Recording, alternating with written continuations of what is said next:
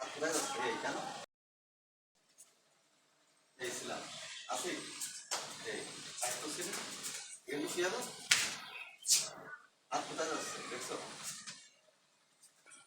কোথায় যাচ্ছে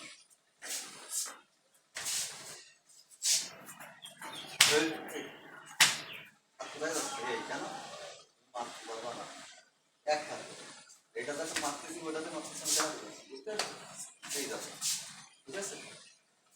ঠিক আছে এটা হাত কোথায় গেল এবার এই কথা যখন আসছে ঠিক আছে ঠিক আছে এখন আবার ইমার্জি